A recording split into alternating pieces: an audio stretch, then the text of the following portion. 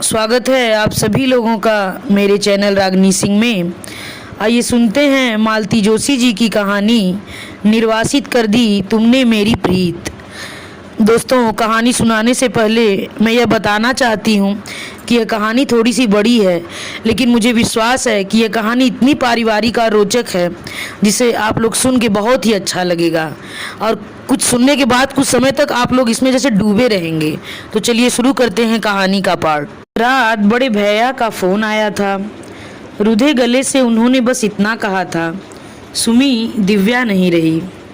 बस एक वाक्य और फ़ोन चुप हो गया था। मैं भी निमेष उसे देखते हुए काट होकर रह गई थी। दिव्या नहीं रही? दिव्या जो जीवन का, सौंदर्य का, उल्लास का, उमंग का प्रतीक थी, वह नहीं रही? यह कैसे हो सकता है? सचमुच हरदम हंसती, खिलखिलाती, ठुमकती, मचलती दिव्या को मृत्यु के साथ जोड़कर देखना बड़ा कठिन लग रहा था। पर यह मजाक तो नहीं हो सकता। ऐसा क्रूर मजाक, और वह भी बड़े भैया क्यों करेंगे? इस धक्के से उबरने में मुझे कोई आधा घंटा लग गया। जब मन थोड़ा स्वस्थ हुआ तो मैंने ही फ़ोन लगाया। इस बार लाइन पर छाया थी। ठीक तो है, वही तो सबसे पास है, दौड़कर पहुंच गई होगी। वह भी बुरी तरह टूटी हुई थी। सुबकते हुए उसने जो कुछ बताया उसका सार यह था कि दिव्या ने अपनी लैब की 17वीं मंजिल से छलांग लगा दी थी। उसके प्राण पखेरु तक्षण उड़ गए थे। अब यह पता लगाना मुश्किल है कि आत्महत्या है या मात्र दुर्घटना। हत्या की संभावना को भी एकदम नकारा नहीं जा सकता। ये तीनों ही संभावनाएं मेरे गले से नीचे नहीं उतर रही थीं। उसने तो अपनी पसंद से यह कैरियर चुना था और पसंद के जीवन साथी के साथ सपनों के देश में बसने चली गई थी। शादी को भी मात्र 3 साल ही तो हुए थे। इतनी जल्दी कोई इतना हताश हो सकता है? और उसकी हत्या भला कोई क्यों करेगा? क्या उस जैसी निश्चल सरल लड़की से भी किसी की दुश्मनी हो सकती है? और दुर्घटना का तो सवाल ही नहीं उठता। वह तो अपने सहकर्मी से कहकर गई थी कि वह फ्रेश एयर लेने ऊपर जा रही है। फ्यूनरल कब है, कहाँ है? मैंने दबी जबान से पूछ लिया। दिव्या जैसी लड़की के फ्यूनरल की कल्पना तक सिहरा देती है, पर अब औपचारिकता है, पूछना ही पड़ा। फ्यूनरल तो बुआ वहीं हो गया। यहाँ लाने लायक स्थिति नहीं थी। चित्रा और अंकित गए हैं, मैं तो और चुप हो गई। समझ गई कि देवी जी फिर से उम्मीद से हैं। चित्रा की शादी में मिली थी, तब एक छोटी बेटी थी, दूसरे की तैयारी थी। दिव्या की शादी में देखा 2 कन्याएं हैं, तीसरे की आहट है और अब यह चौथे की सूचना है। इस बार भी बेटी हुई तो उस मन स्थिति में भी मुझे छाया पर खींच हो आई। अच्छा, मैं कल रवाना हो रही हूँ, भैया भाभी का ख्याल रखना, मैंने कहा और फ़ोन रख दिया। फिर एक फ़ोन योगेश्वरी ट्रेवल्स को किया कि कल किसी भी गाड़ी में मेरा आगरा के लिए रिजर्वेशन करवा दे। इस उम्र में अब धक्के खाते हुए जाने की हिम्मत नहीं होती। रात में ही मैंने सूटकेस जमा कर रख लिया। कल जिस गाड़ी में सीट होगी निकल जाऊंगी। सब समेट कर सोने गई तो 12:30 बज रहे थे, पर मेरी आंखों में नींद का नाम नहीं था। एक मन हुआ पम्मी को फ़ोन कर लूं, पर घड़ी देखकर अपने को रोक लिया। वैसे भैया ने वहाँ भी फ़ोन तो कर ही दिया होगा। वह भी मेरे आगे पीछे ही पहुँचती होगी, मुँह से चाहे जैसा उल्टा सीधा बोलती रहे, पर ऐसे समय में सब कुछ भूल कर दौड़ी चली आएगी। मुझे विश्वास है इस समय हम दोनों का वहाँ होना बेहद ज़रूरी है। भाभी रो रो कर बेहाल हुई जा रही होंगी। भैया को सांत्वना देने वाला कोई नहीं होगा। अम्मा के बाद उस घर से संबंध थोड़े औपचारिक हो गए थे। जब तक अम्मा थीं तब तक तो मैं हर छुट्टी में घर पहुंच जाती थी, इसलिए लड़कियां भी मुझसे हिली हुई थीं। खासकर दिव्या के लिए तो मैं फ्रेंड, फिलासफर एंड गाइड थी। पर अम्मा के बाद सब कुछ बदल गया। अम्मा की 13वीं पर मैंने भाभी को किसी से कहते सुना था, अरे एक सास मर गई तो क्या हुआ, दूसरी तो अभी बैठी है। वह तो बेचारी खटिया से लगी थी, पर यह तो खासम खास है। अभी पता नहीं कितने दिनों तक और राज करेंगी। अपने स्नेह की ऐसी अवमानना देखकर मन खट्टा हो गया था। तब से मैंने घर जाना छोड़ दिया था। या तो पम्मी के यहाँ कुछ दिन चली जाती या फिर किसी यात्रा कंपनी के साथ भारत भ्रमण कराती। भैया के यहाँ तो बस लड़कियों की शादी या सगाई में ही जाना होता था। इसलिए दिव्या की भी जो आखिरी छवि मेरे मन में अंकित थी वह नववधू की ही थी। शादी के तुरंत बाद वह तो अमेरिका चली गई थी। उसके बाद शायद एक आध बार ही आई हो। रात भर दिव्या का चेहरा मेरी आंखों के सामने घूमता रहा। उसके कई रूप याद आते रहे। यूं तो तीसरी बेटी के जन्म पर घरों में मातम छा जाता है, पर जब नर्स ने वह जापानी गुड़िया हाथों में थमाई थी तो क्षण भर को अम्मा भी अपनी हताशा भूल गई थी। वह लड़की घर भर की आंखों की तारा थी, खिलौना थी।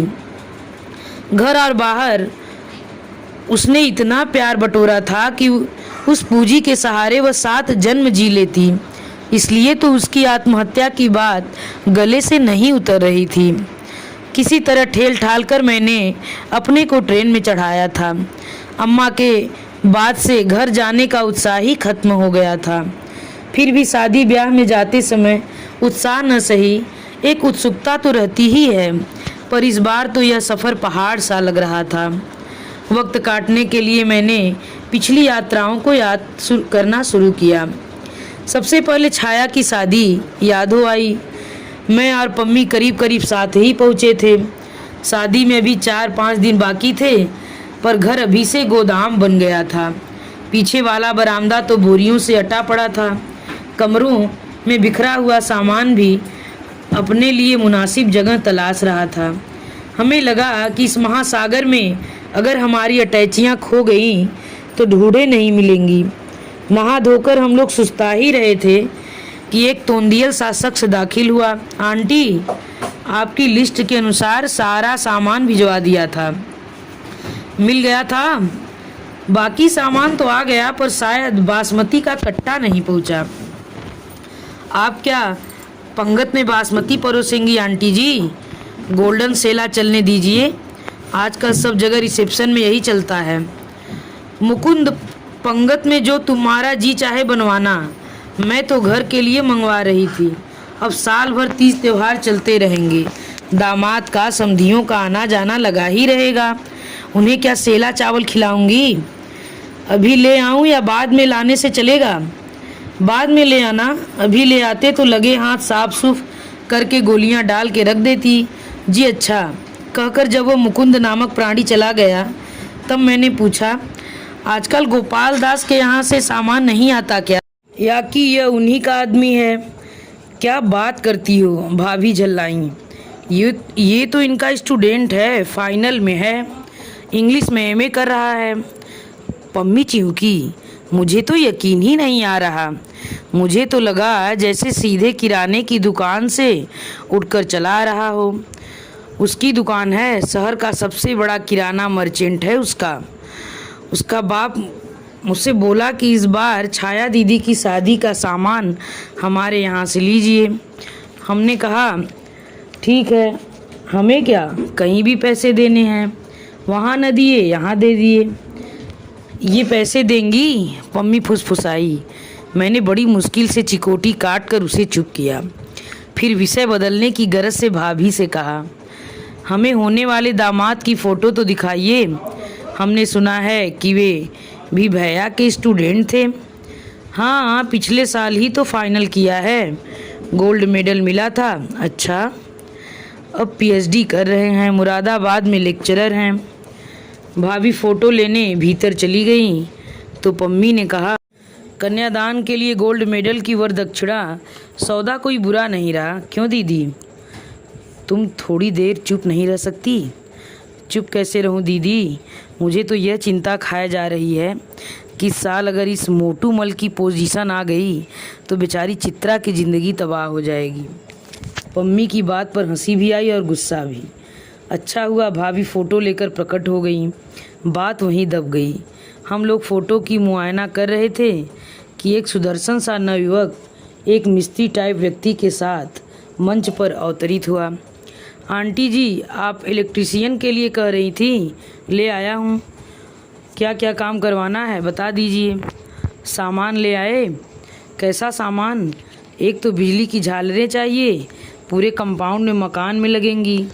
2 ठो बड़े पंखे चाहिए, एक बरामदे में लगेगा और एक छत पर।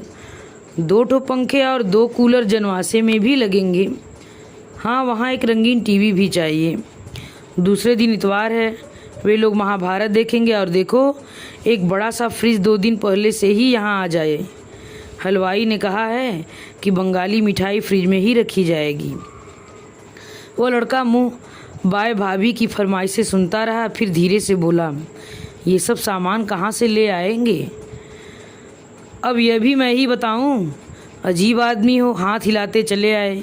सामान नहीं होगा तो इस बिजली वाले का मैं क्या अचार डालूंगी? लड़का अपना सा मुँह लेकर बाहर चला गया, साथ में वो मिस्त्री भी। पम्मी एकदम पूछ बैठी, भाभी क्या यह भी स्टूडेंट है? हाँ, क्यों? तो इस साल इसे ही गोल्ड मेडल दिलवा दीजिए। क्यों? उस समय पता नहीं कहाँ से चित्रा कमरे में टपक पड़ी। पम्मी की उससे कभी नहीं बनी। इस बार भी पम्मी को अपमानित करते हुए कसैले स्वर में बोली, उसे तुम्हारी सिफारिश की ज़रूरत नहीं है छोटी बुआ, आलोक हमेशा से टॉपर रहा है। चित्रा शायद सेफ की चाबी लेने आई थी, लेकर चली गई, पर वातावरण को बड़ा असहज बना गई।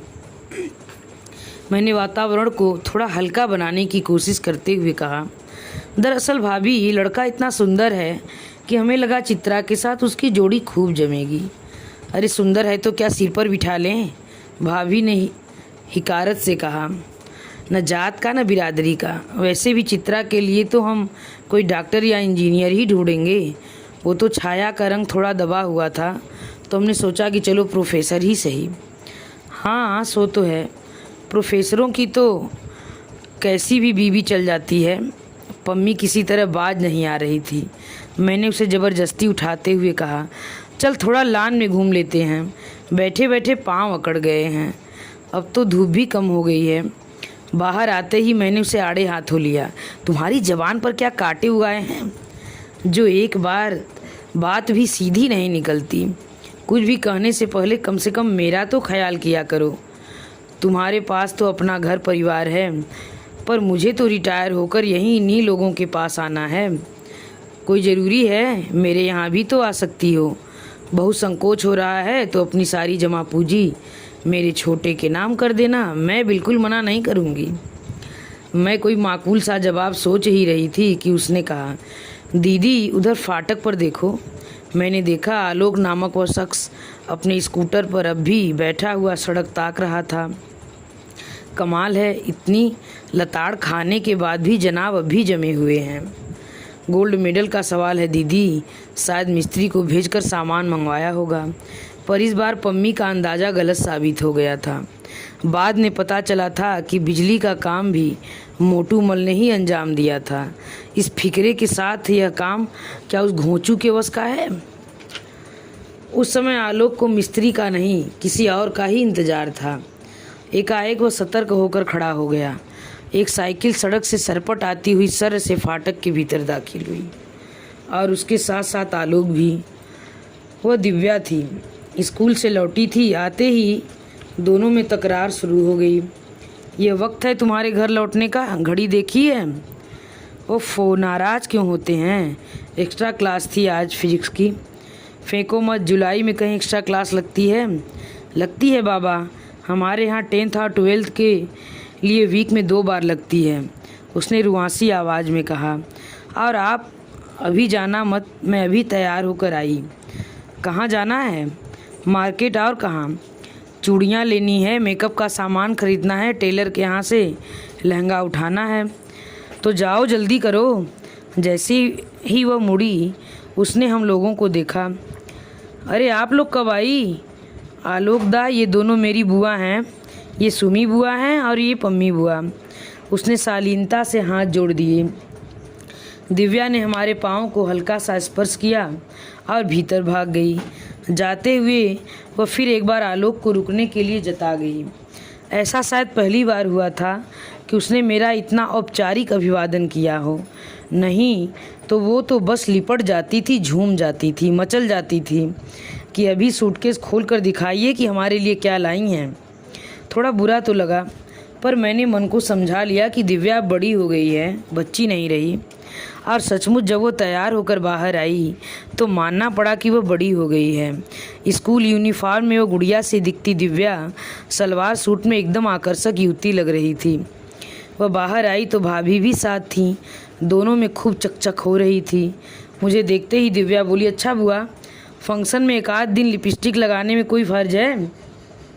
मैं भाभी का मूड देखकर जवाब सोच ही रही थी कि भाभी ही बोल उठी, अरे जब एक आध बार ही लगानी है तो अलग से खरीदने की क्या ज़रूरत है? अजब तमाशा है, तीनों का सामान अलग आएगा। बड़ी तो खैर दुल्हन है, पर ये दोनों तो साझे में काम चला सकती हैं कि नहीं। एक हमारा ज़माना था, घर में एक पाउडर का डिब्बा आता था, घर भर लगाता था। हमारा आपका ज़माना बहुत पीछे छूट गया भाभी। हमारे यहाँ तो वो इकलौता पाउडर का डिब्बा भी बाबूजी से छुपा कर लाना पड़ता था, नहीं तो घर में महाभारत मच जाता था। तब तक आलोक और दिव्या फाटक तक पहुँच चुके थे। आलोक ने स्कूटर स्टार्ट किया और दिव्या उछलकर पीछे बैठ गई। उनके आंखों से ओझल होते ही पम्मी ने एक विशिष्ट भंगिमा से मेरी ओर देखा। मैं कुछ समझ पाती इससे पहले ही भाभी ने उसका मतलब भांप लिया। तमक कर बोली, पम्मी जी ज़्यादा चतुराई न झाड़ो। सुमी कुछ समझे न समझे, हम तुम्हारे इशारे खूब समझते हैं। बेटों वाली हो न, इसलिए तुम्हारी नाक ऊंची है। हम तो पग पग पर इन लड़कों का मुंह जोहना पड़ता है। इस ज़माने में लड़कियों को क्या कहीं अकेले भेजा जा सकता है? फिर तुम्हारे भैया तो हमेशा कहते रहते हैं कि तुम एक बेटे के लिए रोती रहती हो। तुम्हारे तो इतने बेटे हैं, इन्हें ही अपना समझो। कहते कहते उनका गला भर आया था। अनजाने में ही पम्मी ने उनका दिल दुखा दिया था। बड़ी मुश्किल से उन्हें शांत किया जा सकता था। इसके बाद मैंने पम्मी से कसम ले ली थी कि जितने दिन रहेगी शराफत से रहेगी। एक बार भी बदतमीजी की तो मैं उसी दम भोपाल लौट जाऊंगी। इसके बाद पम्मी ने तो शराफत ओढ़ ली, पर मेरी ही नज़रें चोर बन गई। जब भी वे दोनों साथ होते मैं अनचाहे उनकी ही गतिविधियां नोट करती रहती। उस घर में आलोक की कोई हैसियत हो न हो, दिव्या के लिए उसका शब्द आदेश था। हर काम में, हर बात में आलोक का सहयोग और सहमति आवश्यक थी। अल्पना के लिए आलोक का सर्टिफिकेट चाहिए, नहीं तो वह उसे मिटाकर दोबारा बनाएगी। मेहंदी का डिज़ाइन वे पसंद करेंगे। दिव्या के चेहरे पर कौन सी हेयर स्टाइल फबेगी, इसे भी वे ही तय करेंगे। कपड़ों का चुनाव तो उन्हीं को ही करना था। गरज यह है कि हर बात में उनकी मुहर का लगना ज़रूरी था। लेडीज संगीत वाले दिन की घटना याद हो आ रही थी। उस दिन दिव्या ने खूब रंग जमाया। मुझे तो पता ही नहीं था कि वह इतना अच्छा नाच लेती है। उस दिन बहुत सुंदर भी लग रही थी। किसी ने कहा, दिव्या तुम्हारा चुन्नी बेस मोर पंखी है ना? शादी वाले दिन लम्हे वाला डांस, बागों में मोर नाचे, मज़ा आ जाएगा। नहीं, एक गरज सी सुनाई दी। हम सब चौंक पड़े। तब तक हमें आलोक की उपस्थिति का एहसास ही नहीं था। हमें पता ही नहीं था कि बरामदे में बैठा वही कैसेट चला रहा था। शादी में कोई नहीं नाचेगा, उसने सख्त लहजे में कहा। क्यों? दिव्या ने इतरा कर पूछा। ये कोई फिल्मों का सेट है कि घर की लड़कियां नाचेंगी? पता है, ठेठ गांव की बारात है और गांव में नाचने वाली लड़कियों को अच्छी नज़र से नहीं देखा जाता। पर मेरे इतने महंगे सूट का क्या होगा? अपनी शादी पर पहन लेना। पर इस शादी में नाच वाच नहीं होगा, कह दिया। और सचमुच नाच नहीं हुआ।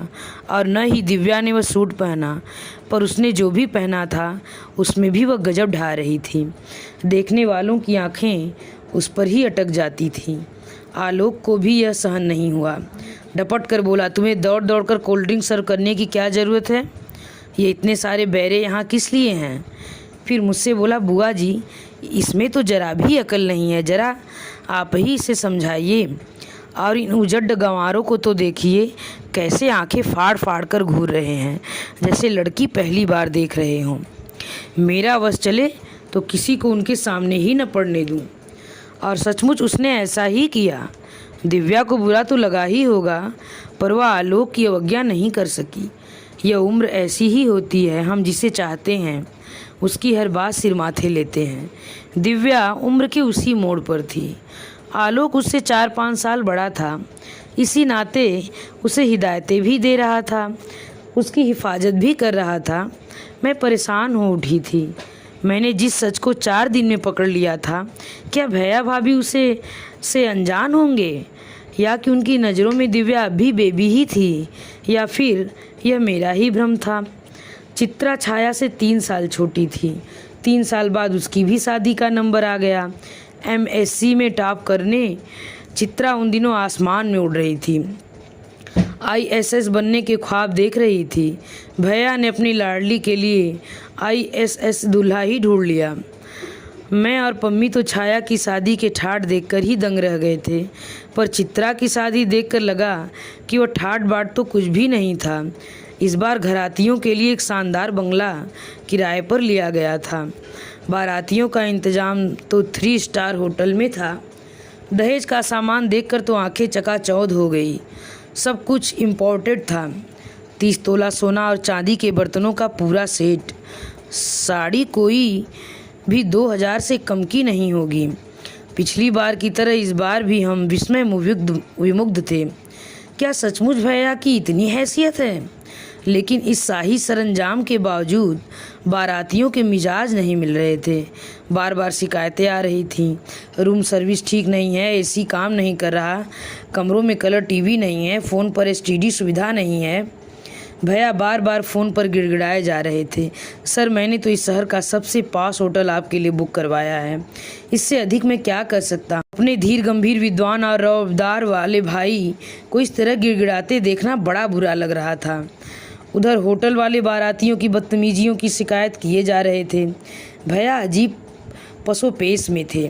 उन लोगों की बदतमीजी का प्रमाण तो द्वाराचार के समय ही मिल गया। नाचते नाचते 3 घंटे तो उन लोगों ने रास्ते में ही लगा दिए। भैया के सारे गणमान ने अतिथि भाभी के हाथ में लिफाफा थमाकर बिना खाए पिए ही चले गए। अपनी बेटी के लिए भैया ने हीरे जैसा दामाद ढूंढा था, पर उसका प्रदर्शन करने की तमन्ना अधूरी ही रह गई। बाद में लगा कि अच्छा ही हुआ जो सब लोग जल्दी ही चले गए।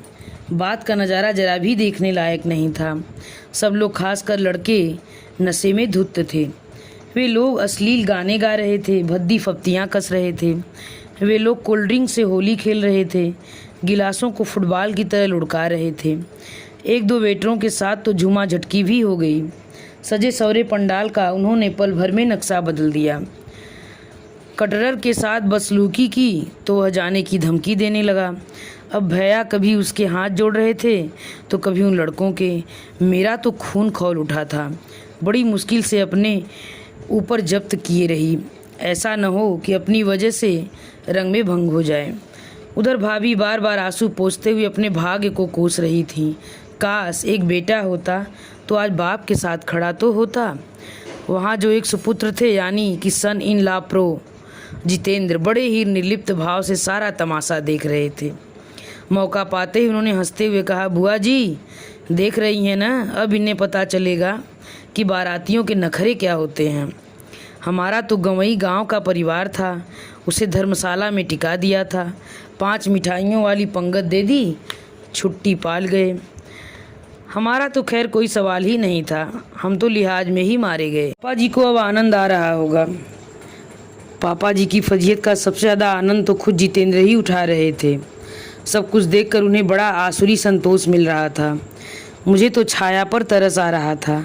दीन दुनिया से बेखबर, बस अपनी छुटकी में ही मगन थी। एक गोद में, एक पेट में। दोनों बच्चों ने उसे हलकान कर रखा था। दूसरों की ओर ध्यान देने का उसे अवकाश ही नहीं था। सबसे ज़्यादा ताव तो मुझे चित्रा पर आ रहा था। महंगा ब्राइडल मेकअप करवाकर ऐसे तने बैठी थी मानो विश्व सुंदरी का खिताब जीत लिया हो। लड़के पापा का अपमान कर रहे थे, मखौल उड़ा रहे थे, बेजा फरमाइशें कर रहे थे। उसे जैसे किसी चीज़ से सारोकार ही नहीं था। स्टेज पर बैठी मंद मंद मुस्कुरा रही थी, अपने नए नवेले पति से बतिया रही थी। यह लड़की है या बर्फ़ का गोला? मेरा तो यह सब देखकर खून खौल रहा है, पर इसे देखो, माथे पर सिकन तक नहीं है। दीदी, खून खून में फ़र्क होता है, पम्मी ने गंभीरता से कहा। हमारा तुम्हारा खून खौलता है क्योंकि वो पसीने की कमाई से बना है। यहाँ का हाल तो तुम जानती ही हो। पम्मी बात कड़वी करती है पर अक्सर सच होती है। सचमुच हम लोग तो अपना अपमान बर्दाश्त ही नहीं कर पाते। मुझे 22 साल पुरानी घटना याद हो आई। बारातियों की वही परंपरागत तेवर थे। वधू पक्ष उसी तरह क्षमा याचना की मुद्रा में खड़ा था। मान मनुहार हो रही थी। पता नहीं किसने क्या बदसलूकी हो गई थी कि बाराती नाराज हो गए थे। दूल्हे की घोड़ी दरवाजे पर रोक दी गई थी और मान मनोवल का दौर जारी था। छज्जा मेरी सहेलियों से पट गया था। सब दूल्हे को देखने के लिए बेताब थीं और दूल्हा था कि दूर सड़क पर ही खड़ा हो गया था। खुसुर फुसुर सुनकर मुझसे भी कमरे में नहीं बैठा गया। मैं भी अपनी बनारसी साड़ी संभालती हुई सखियों के पीछे आ खड़ी हुई। ऊपर से देखा बाबूजी, भैया, चाचा जी सबके हाथ जोड़कर प्रार्थना के लिए जा रहे हैं और सामने वाले तनी हुई मुद्रा में खड़े हैं। मेरा खून तो जैसे उबलने लगा, कनपटियाँ फड़कने लगीं। तभी सुना कोई सिरफिरा बिगड़ैल नौजवान बाबूजी से कह रहा, ऐ मास्टर, अपनी औकात में रहो, ज़्यादा लप्पन छप्पन की ज़रूरत नहीं है। यह सुनना था कि मुझे तो जैसे आग लग गई। मैं दनादन सीढ़ियाँ फलांगती नीचे उतर आई। बीच मंडप में आकर मैंने ऐलान कर दिया, बाबूजी, इन लोगों को विदा कर दीजिए, यह शादी नहीं हो सकती। सब लोग एकदम सन्न रह गए। अम्मा तो बेहोशी हो गई। अब भैया, भाभी, चाचा सब मुझ में समझाने जुट गए। बाबूजी ने भी कहा, बेटा, यह कोई अनोखी बात नहीं है, ऐसा तो होता ही रहता है। हिंदुस्तान में हर बाराती अपने को राजा समझता है और बेटी का बाप दुनिया का सबसे निरीह और असहाय प्राणी। उसे इन लिज्जतों से गुजरना ही पड़ता है। पर तू इतनी सी बात के लिए अपनी ज़िंदगी तबाह न कर। नहीं बाबूजी, यह मेरे लिए इतनी सी बात नहीं है। ऐसे संस्कारहीन परिवार में मेरा गुजारा नहीं हो सकता। इससे तो मैं कुंवारी ही भली हूँ। लिहाजा बारात बेरंग लौटा दी गई। हिंदुस्तान में जिस लड़की के घर से बारात लौट जाती है उसकी शादी फिर आसानी से नहीं हो पाती। मेरी भी नहीं हो पाई। बाबूजी को ज़िंदगी भर इसका मलाल रहा। भैया भाभी को तो अच्छा बहाना मिल गया। उन्होंने यह तो कहकर पल्ला झाड़ लिया कि अब पम्मी की शादी का भी जोखिम नहीं लेंगे। बेकार में जग हंसाई होती है। पम्मी ने भी किसी को जहमत नहीं दी, किसी के एहसान नहीं लिए। उसने खुद अपना पति चुन लिया और मंदिर में फेरे ले लिए। घर वालों को बाद में सूचना भेज दी। उसे गर्व है कि उसके लिए न किसी ने जूते चटकाए, न किसी के पैर पूजे। पिछली पीढ़ी की लड़कियां थी हम, फिर भी इतना साहस न कर सकी। और ये तथाकथित आधुनिकाएं, एक केवल दिव्या ही थी जो छाया की तरह पापा के साथ लगी हुई थी। उसे देखकर लड़के और बहक रहे थे, पर वह अपना संयम बनाए हुए थी। उत्तेजना से कई बार उसका चेहरा लाल हो जाता था, माथे की नसें तन जाती थी, पर उसने अपनी गरिमा बनाए रखी, जिससे अभद्रता अपने आप लज्जित होती रही। उसे चिंता थी तो पापा के बीपी की, इसलिए वह उन्हें यथासंभव तनाव मुक्त रखने का प्रयास कर रही थी। सच, इन 2-3 सालों में वह कितनी परिपक्व हो गई थी। मुझे अनायास आलोक की याद हो आई। वह होता तो क्या दिव्या को इन भेड़ियों के बीच जाने देता? अगर वह होता तो जितेंद्र की तरह खड़े खड़े तमाशा नहीं देखता। एक ढाल की तरह, अंगरक्षक की तरह दिव्या के साथ होता और उसका साथ होना ही लोगों पर रौब डालने के लिए काफ़ी होता। बिना किसी बड़ी दुर्घटना के जब खाना पीना समाप्त हो गया तो सबने चैन की सांस ली। थोड़ी सी फुर्सत मिली तो मैंने दिव्या से पूछा, तुम्हारे आलोकदा नज़र नहीं आ रहे? वे तो कब के पास होकर चले गए, उन्हें निमंत्रण नहीं दिया? पापा के इतने सारे स्टूडेंट्स हैं, किस किस को निमंत्रण देंगे? फिर आलोकदा का तो पता भी हमारे पास नहीं है। उन्होंने कभी संपर्क करने की कोशिश ही नहीं की। मैंने पैनी नज़रों से उसकी आंखों में झांक कर देखा, चेहरा पढ़ने की कोशिश की, पर मुझे वहाँ कुछ नहीं मिला। क्या बचपन के साथ बचपन का प्यार भी हवा हो गया, या कि वहाँ ऐसा कुछ था ही नहीं? दिव्या जब किसी काम से उठकर चली गई तो छाया ने अपनी छुटकी को थपकते हुए कहा, एक बात बताऊं बुआ, किसी से कहोगी तो नहीं? पम्मी बुआ से तो बिल्कुल भी नहीं। नहीं कहूँगी, किसी से भी नहीं कहूँगी। बताओ क्या बात है? अगर चाहते तो आलोक को भी बुला सकते थे। पते की कोई समस्या नहीं थी। यहीं का तो है वह।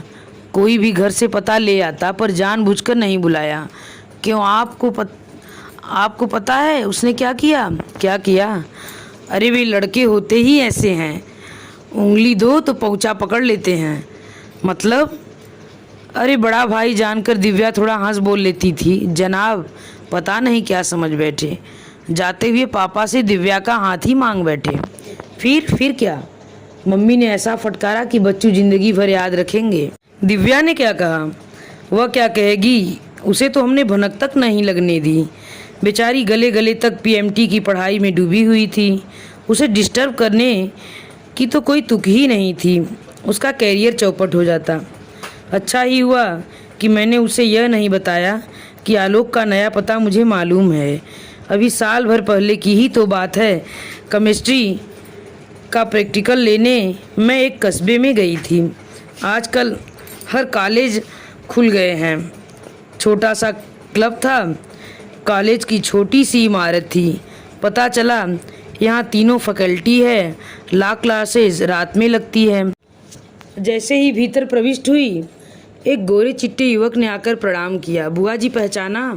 क्षण भर सोचकर मैंने कहा, आलोक हो ना? चलिए पहचान तो लिया। तुम यहाँ क्या कर रहे हो? जी हिस्ट्री में एमए कर रहा हूँ। हिस्ट्री में? क्यों? जी अंग्रेजी में तो गोल्ड मेडल मिला नहीं, सोचा हिस्ट्री में ट्राई कर लेते हैं। वैसे आईएसएस की तैयारी कर रहा हूँ। लोग सोचते हैं कि उसमें हिस्ट्री बड़े काम आती है, तो मैंने सोचा अरे तो उसके लिए शहर में रहकर कोचिंग लो ना। यहाँ क्यों पढ़े हो? यहाँ एक हायर सेकेंडरी स्कूल में जॉब ले लिया है। मुझे सुबह कॉलेज में पढ़ाता हूँ, दोपहर स्कूल में पढ़ाता हूँ। थोड़ा पैसे जमा कर लूँ, फिर कोचिंग के लिए दिल्ली चला जाऊँगा। मुझे उसकी आर्थिक स्थिति के बारे में ठीक ज्ञान नहीं था, इसलिए मैंने ज़्यादा कुरेदना ठीक नहीं समझा। फिर उसी ने पूछा, आप यहाँ कब तक हैं? बस आज भर को। सुना है वापसी की गाड़ी रात में मिलेगी। तो फिर ठीक है, शाम को आता हूँ। कुछ देर मेरे कमरे में आराम कर लीजिएगा, फिर थोड़ा घुमा लाऊंगा। रात को ट्रेन पर भी चढ़ा दूंगा। मैंने उसका निमंत्रण सहज स्वीकार कर लिया। उसे देखकर मुझे इतनी खुशी हुई थी कि मुझे स्वयं आश्चर्य हो रहा था। सच तो यह है कि इस अजनबी शहर में एक भी चेहरा जाना पहचाना मिल जाए तो बड़ा सुकून मिलता है। कॉलेज वालों को उसने मेरे आतिथ्य का मौका ही नहीं दिया। स्कूटर पर बिठाकर सीधे अपने कमरे पर ले गया। वहाँ नाश्ते का, चाय का पूरा सरंजाम था। फ्रेश होने के बाद चाय पीते हुए मैंने बातों का सिलसिला शुरू किया। दिव्या का मेडिकल में हो गया है, तुम्हें पता तो होगा। अच्छा, कहाँ हुआ है? जबलपुर में। कमाल है, यह दूसरा साल चल रहा है और तुम्हें पता भी नहीं। तुम तो उसके गुरु हुआ करते थे। अरे काहे का गुरु, वहाँ तो एक बेगार थी जो मैं ढो रहा था। आंटी जी तो हर किसी से कुछ न कुछ काम लेने में माहिर थी। मैंने बीएससी किया था, इसलिए दिव्या की कोचिंग मेरे गले पड़ गई। यह बात तो तुम ठीक कहते हो। हमारी भाभी इस मामले में बड़ी उस्ताद है। उन्हें डर भी नहीं लगता। घर में 3-3 जवान लड़कियां हैं, फिर भी लड़कों का जमघट लगा रहता है। पता नहीं भैया को यह सब कैसे अच्छा लगता है। पता है एक ज़माने में वे इतने स्ट्रिक्ट हुआ करते थे, हमारे लिए उनके दोस्तों के सामने निकलना तक मना था। पानी भी देना होता था तो वे दरवाजे के भीतर से ट्रे पकड़ाते थे। सर को तो शायद अब भी ये सब अच्छा नहीं लगता। दबी जबान से कहते भी हैं कि बच्चों को पढ़ने लिखने दो, क्यों अटका कर रखती हो। पर आंटी कहाँ मानती हैं। कहती हैं हर जगह तो मैं लड़कियों को नहीं भेज सकती, कुछ काम तो लड़कों के ही करने को होते हैं। भाभी के पास यही एक हथियार तो है जिसके बल पर वे भैया को चुप करा देती हैं। माफ़ कीजिए, पर आपके भैया इतने बेचारे भी नहीं हैं। गुरु निंदा नहीं करनी चाहिए, पाप लगता है, पर सच बात जबान पर आ ही जाती है।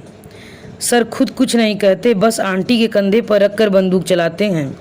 मतलब आंटी सिर्फ काम ही करवाती हैं ऐसा नहीं है, दुनिया भर का सामान भी मंगवाती रहती हैं। जिसने भी पैसे मांगे समझ लो हमेशा के लिए खारिज हो गया। और घर के कमाऊ व्यक्ति को यह तो नज़र आता ही होगा कि घर में जो बेहिसाब सामान आ रहा है वह उसकी आमदनी के अनुपात से बहुत ज़्यादा है, फिर भी वे चुप रहते हैं। इसका मतलब साफ है, उनकी इस मामले में मूक सम्मति है। मैं चुपचाप चाय गटकती रही, जवाब में कहती भी क्या। आपके सामने यह सब कहना अच्छा नहीं लग रहा है, पर एक बार बात चल निकलती है तो रोकना भी मुश्किल होता है। मुझे गोल्ड मेडल नहीं मिला, बहुत बुरा लगा। किसी और को मिला तो शायद इतना दुख नहीं होता, पर वो बनिए का बेटा मुकुंद हम सबसे बाजी मार ले गया। इसके लिए वो साल भर तक सर के घर का आटा पिसवाता रहा, टेलीफोन और बिजली के बिल भरता रहा, उनकी गाड़ी धुलवाता रहा। छाया दीदी की शादी का तो सारा इंतजाम उसके जिम्मे था। उसका फल भी उसे मिल गया। मेरी न तो इतनी हैसियत थी, न यह तरीका मुझे गवारा था। सर ने जितेंद्र भैया को भी इसी तरह मेरी दिलवाई थी। मुकुंद के समय भी उन्होंने यही उठापटक की। खुद अपने हाथों से निबंध के पाइटिन्स बना बनाकर उसे दिए थे। मैंने मुकुंद की फाइल में खुद देखे थे। एक यही पेपर तो था जिसमें मैं मात खा गया। लोग कहते हैं आजकल के लड़कों को गुरुओं पर श्रद्धा नहीं रही। आप ही बताइए, ऐसे में श्रद्धा टिक सकती है? लड़का वाकई बहुत हताश, बहुत उदास हो गया था। मैंने उसकी पीठ थपथपा कर कहा, तुम तो बहुत जहीन लड़के हो आलोक। हर कहीं तो ये मुकुंद तुम्हारा रास्ता नहीं रोक सकता। देखना एक दिन तुम उससे बहुत आगे निकल जाओगे। वह तुम्हारी छाया भी छू नहीं पाएगा। वह फीकी सी हंसी हंस दिया था। अब लगता है वो लड़का कितना शालीन, कितना सुसंस्कृत है। उसने सिर्फ अपने गोल्ड मेडल की बात की थी। दिव्या का दर्द वह साफ छिपा गया था। दिव्या की शादी का निमंत्रण बिना किसी पूर्व सूचना के फ़ोन पर ही मिला था। वहां पहुंचकर देखा, निमंत्रण जितना अनौपचारिक था, शादी का कार्यक्रम भी उसके अनुरूप ही था। मैंने एक दिन पहले पहुंची थी, फिर भी घर में जरा सी भी चहल पहल नहीं थी। मेहमानों के नाम पर मैं थी, पम्मी थी, दिव्या के मामा मामी थे और छाया चित्रा का परिवार था। पता चला बाराती भी कुल जमा 5 ही होंगे। वे लोग सुबह ही फ्लाइट से आएंगे। घर में चाय नाश्ता होगा, फिर सब लोग आर्य समाज मंदिर में चले गए। वहाँ जरूरी रस्में करवाई जाएंगी। लौटते हुए होटल में शानदार खाना होगा और शाम की फ़्लाइट से वे लोग दुल्हन को लेकर रवाना हो जाएंगे। मैंने कहा, यह क्या बात हुई भैया? इस घर की इस पीढ़ी की आखिरी शादी है, कुछ तो धूमधाम होनी चाहिए। शाम को एक अच्छा सा रिसेप्शन ही दे देते। अपनी लाडली से पूछो, वह इसी शर्त पर तो राजी हुई है, नहीं तो रजिस्टर्ड मैरिज के लिए ही अड़ी हुई थी, पर हमारा मन नहीं मान रहा था। हमने कहा सादगी से ही सही संस्कार तो होने चाहिए। बड़ी मुश्किल से तैयार हुई है।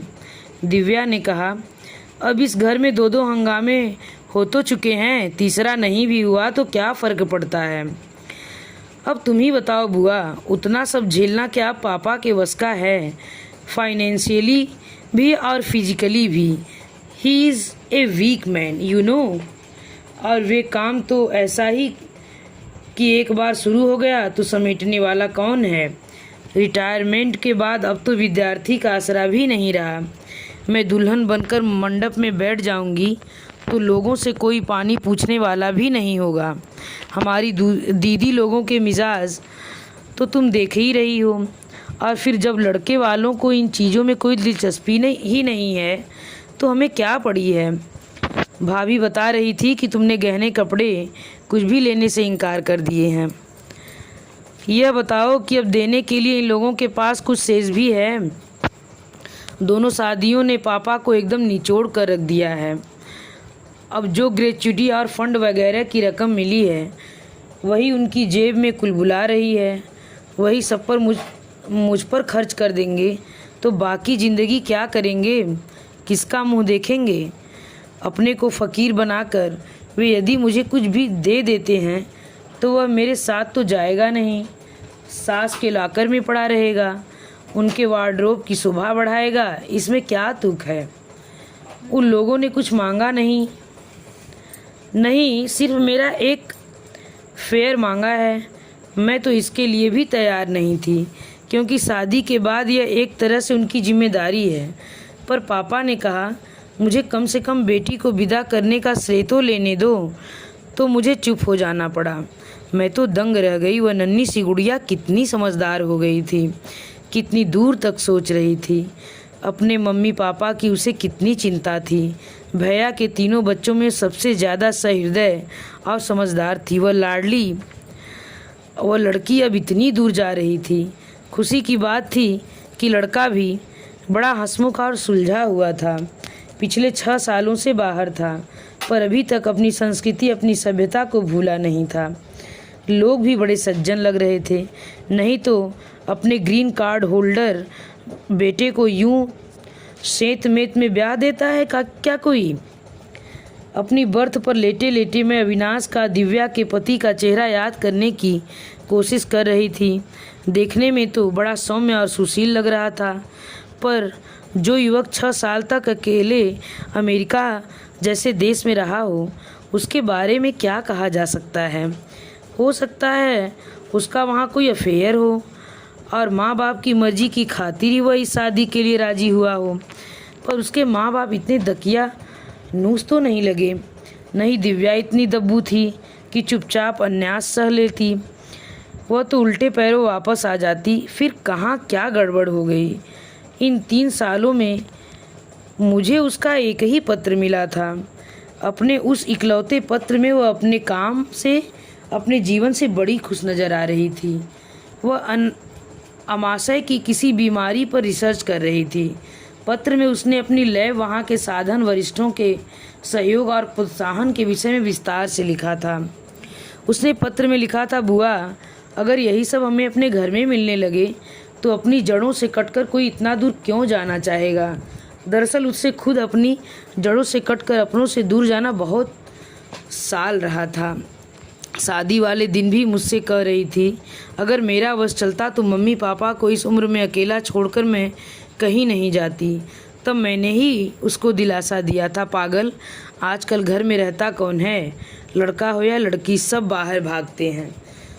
सबकी अपनी महत्वाकांक्षाएं होती हैं, इसलिए माँ बाप भी बाधा नहीं डालते। तुम अपने अविनाश को ही ले लो।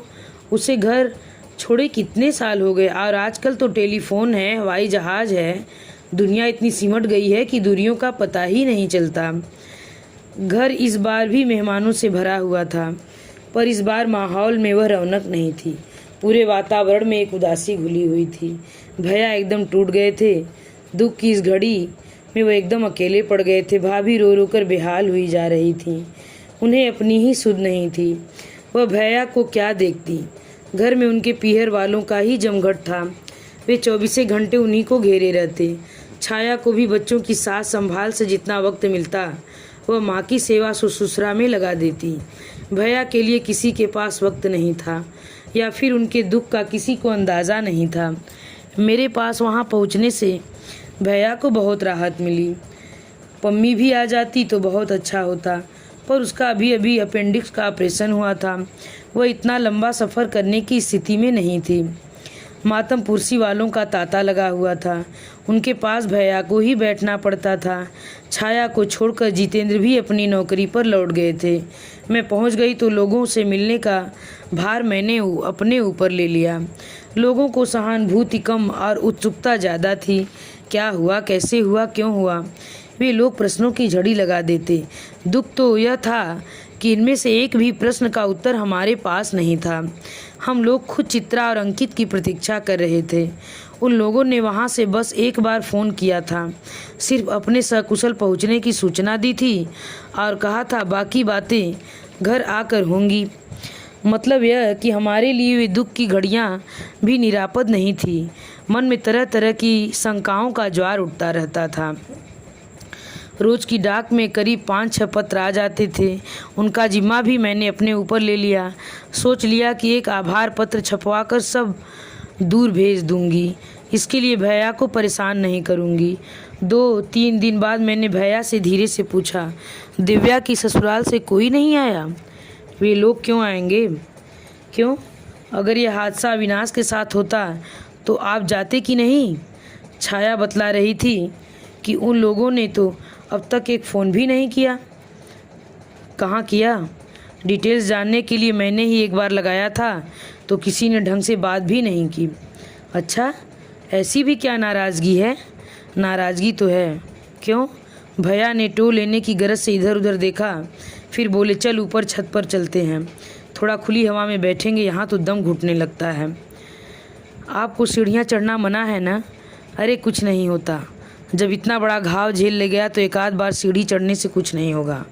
मैं समझ गई कि खुली हवा का तो बहाना है, भैया मुझसे कुछ कहना चाहते हैं, इसलिए मैंने प्रतिवाद नहीं किया। छत पर हमेशा की तरह 2 बेंच की कुर्सियां पड़ी हुई थीं।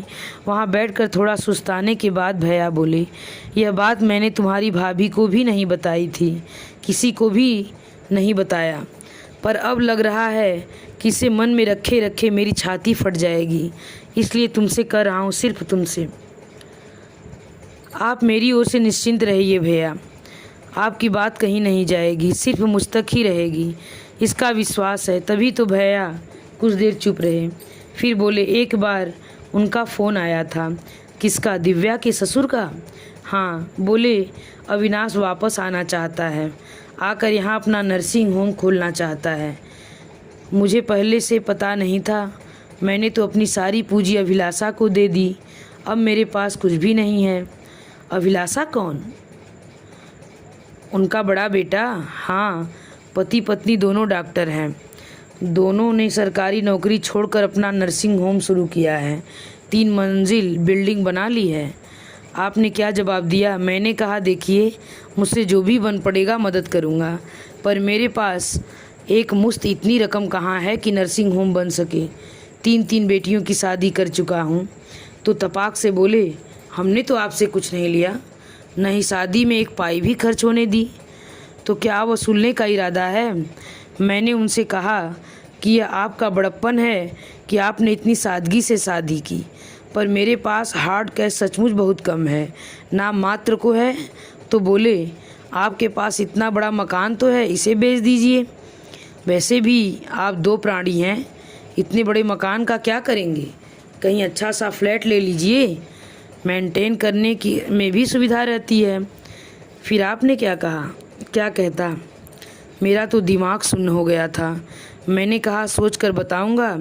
तो दूसरे दिन फिर उनका फ़ोन आ गया।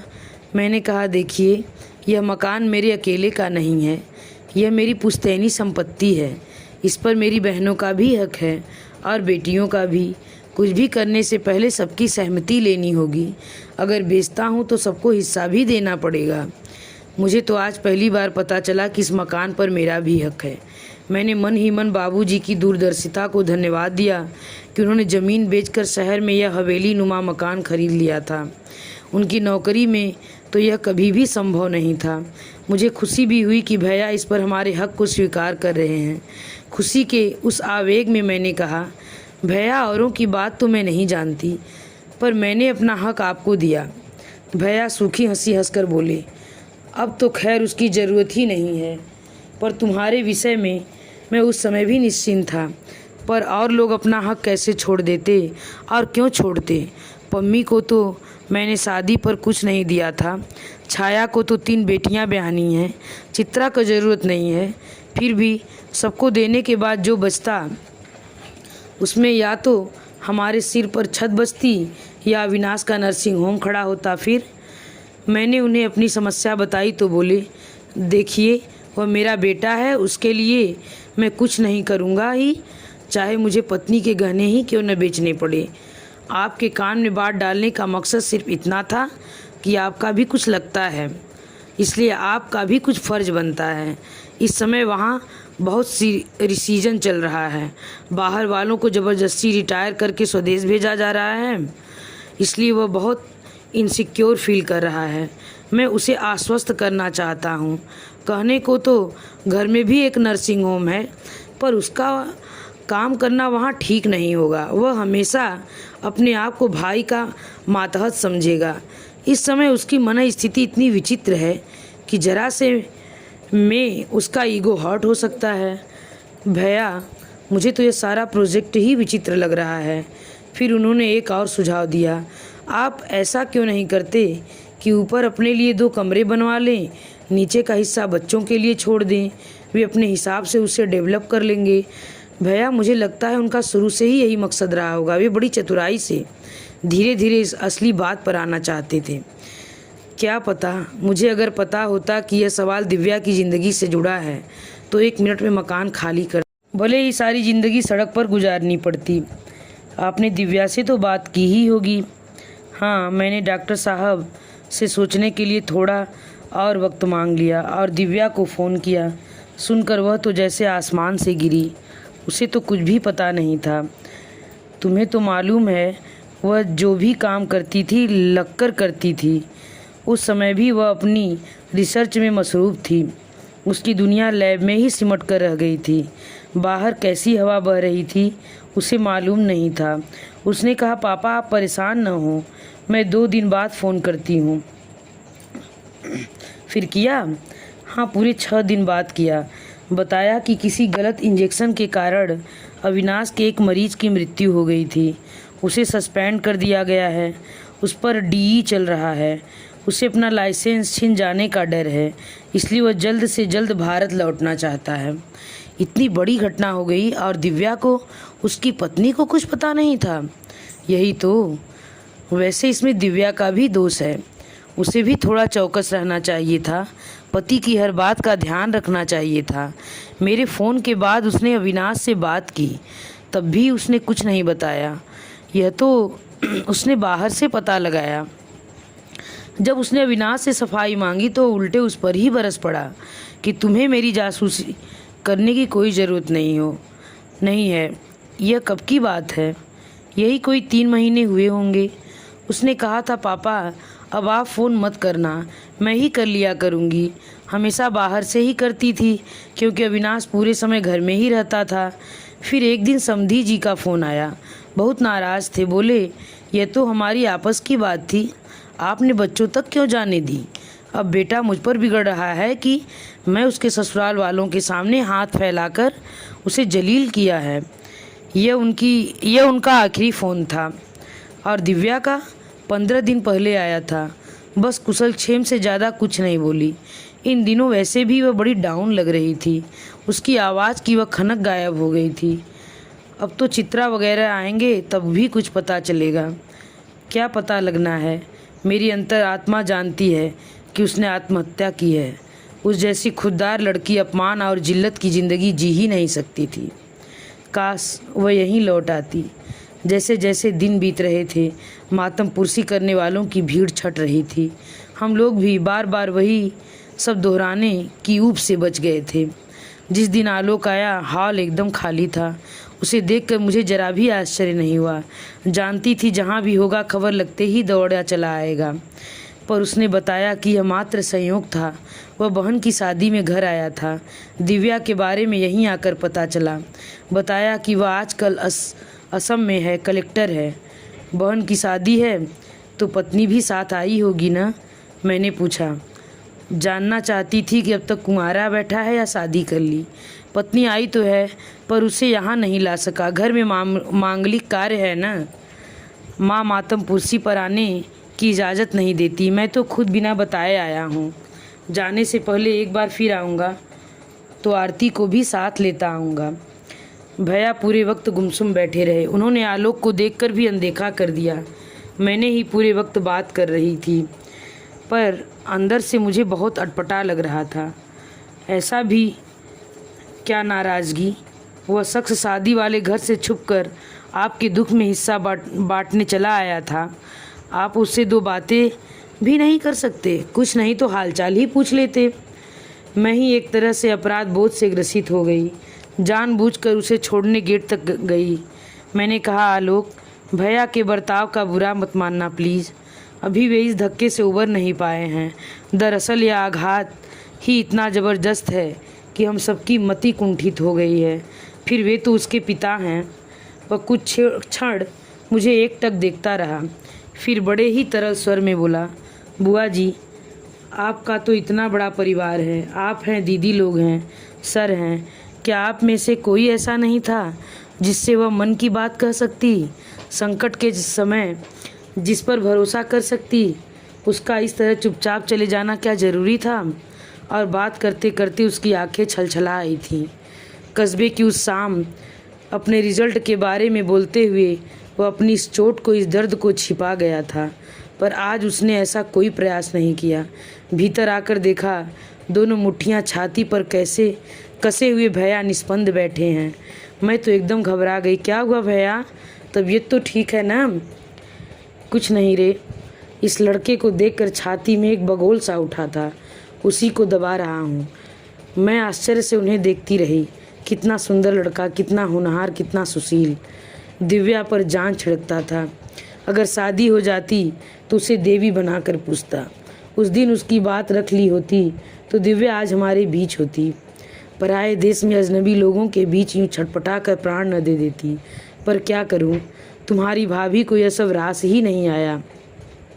उत्तर में मैं मौन ही बनी रही। मैं इसके बाद कहने को था ही क्या। इसी के साथ यह कहानी समाप्त होती है। कृपया कमेंट बॉक्स में लिखकर ज़रूर बताइएगा कि यह कहानी आप लोगों को कैसी लगी। धन्यवाद।